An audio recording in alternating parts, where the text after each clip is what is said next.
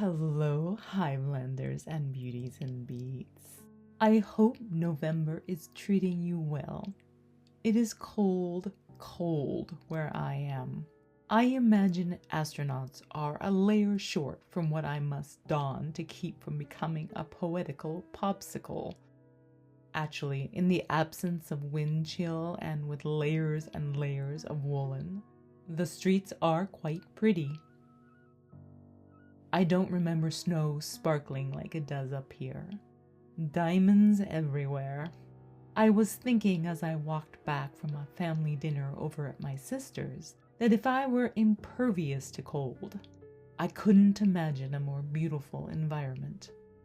But I am not immune to frost, and I was happy to get inside again, have a hot bath, light a few candles, and then settle in to write this blog.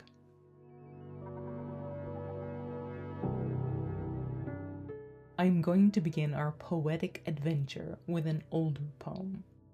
I frequent a social media site that caters exclusively to writers. An online friend on there remarked that my verse was lyrical, but the meter unconventional. So just to prove that I can indeed count syllables and ascertain assonance, I augured back into the annals of my work and found what might be the first scientifically typed poem I ever wrote. Gravity is a bit of a downer, but without it, we would be lost in space. I'm sorry, forgive me for that. Here it comes. Gravity takes the stand.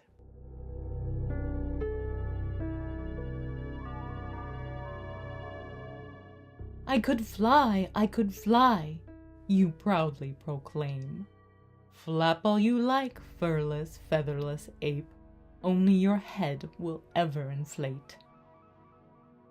Birds know to fly only so high, you'd reach beyond the sky and into space. Internal combust, your guts all over the place. It's true, I tie limbs to the earth, mire and mud, cover and filth. I hold you down with an invisible glove, but care I do. Grant it, it's a tough love.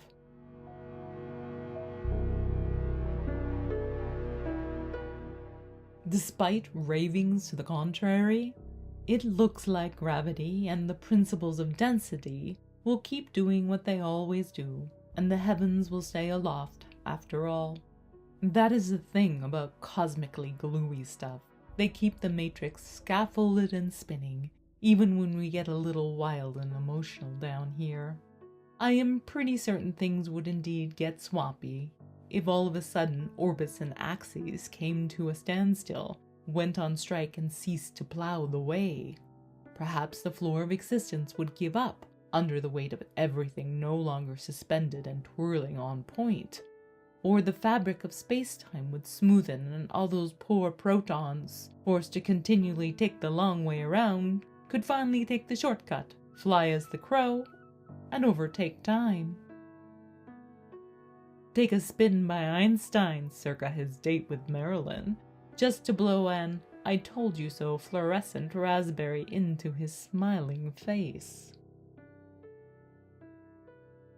No doubt, gravity would just simply grab back hold of the covers and send us spinning once again, but this time in the opposite direction and inside out. Where we end up orbiting and with whom, who knows, but things will eventually get hot and heavy again. No matter our cravings for freedom and individuality, when gravity has its way, we eventually come together.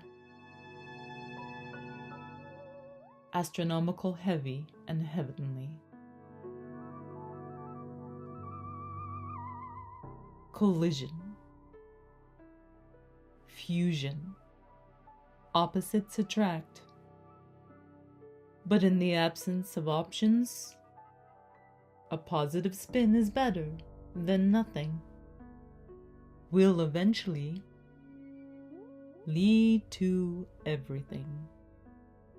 Sprawling, gravitational, eternal balance, radiative.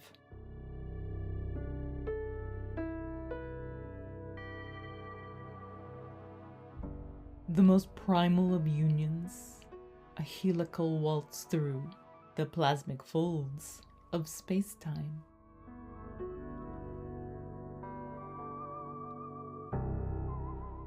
Atomic love nest, a periodic nursery, a smelter's furnace, depending on how big you are, how fast you fall, and in what direction. True love, according to the bard, is written in the stars, conceived unconditionally, among the astronomical, heavy and heavenly.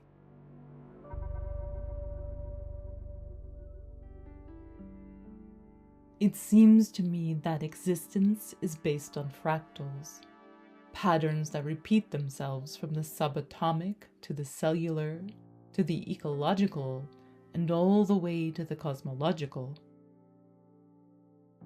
Or it could be that I'm forever in search of a map and a how-to guide, as I feel my way with only a handful of senses through this life.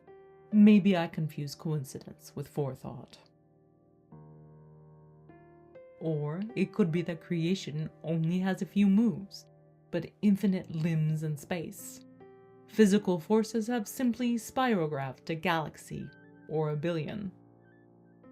Thrown in some DNA and voila! Here we are, squiggly and dizzy, crashing into each other, argumentative as we all slowly go down the drain of space-time. It's all a blur for all of us. And that puts things into perspective when you think about it.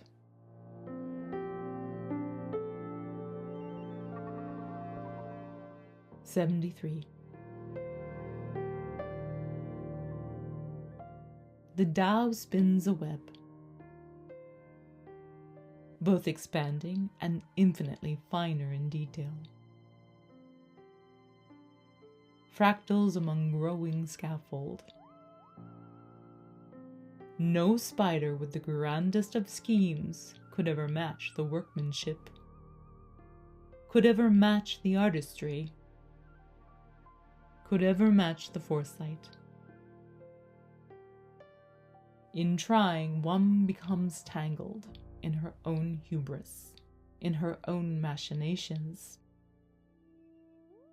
Just as one becomes tangled in the spider's web, the more she struggles, the more she is stuck.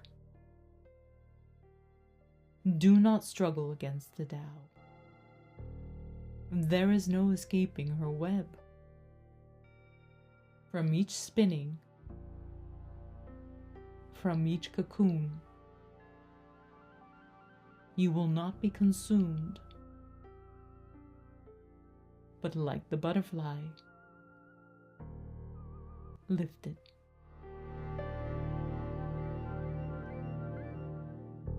I suppose there really is no struggling against everything.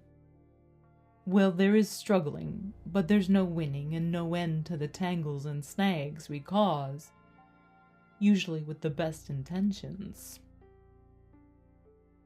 Being human, we do like to weave our narratives, and then play tug-of-war over who owns them, whose derivative is the real, unembellished truth. Here is the thing. We all took part in twisting and looping the yarns into our individual perspectives. The knit will look a little different. Too tight, too loose, just right, as long as we are in agreement. We tend to see what we look for, and everyone sees things a little bit different. So take some time every day to meditate or pray and free yourself from narratives, especially your own. If you get really good at it, you may even be able to convince yourself gravity has let go of you too. Stay grounded and loose, Hivelanders and beauties and beats. I'd miss you if you were flung to the other side of the universe, lost in a gravitational temper tantrum. I love you. You are love. Until next time.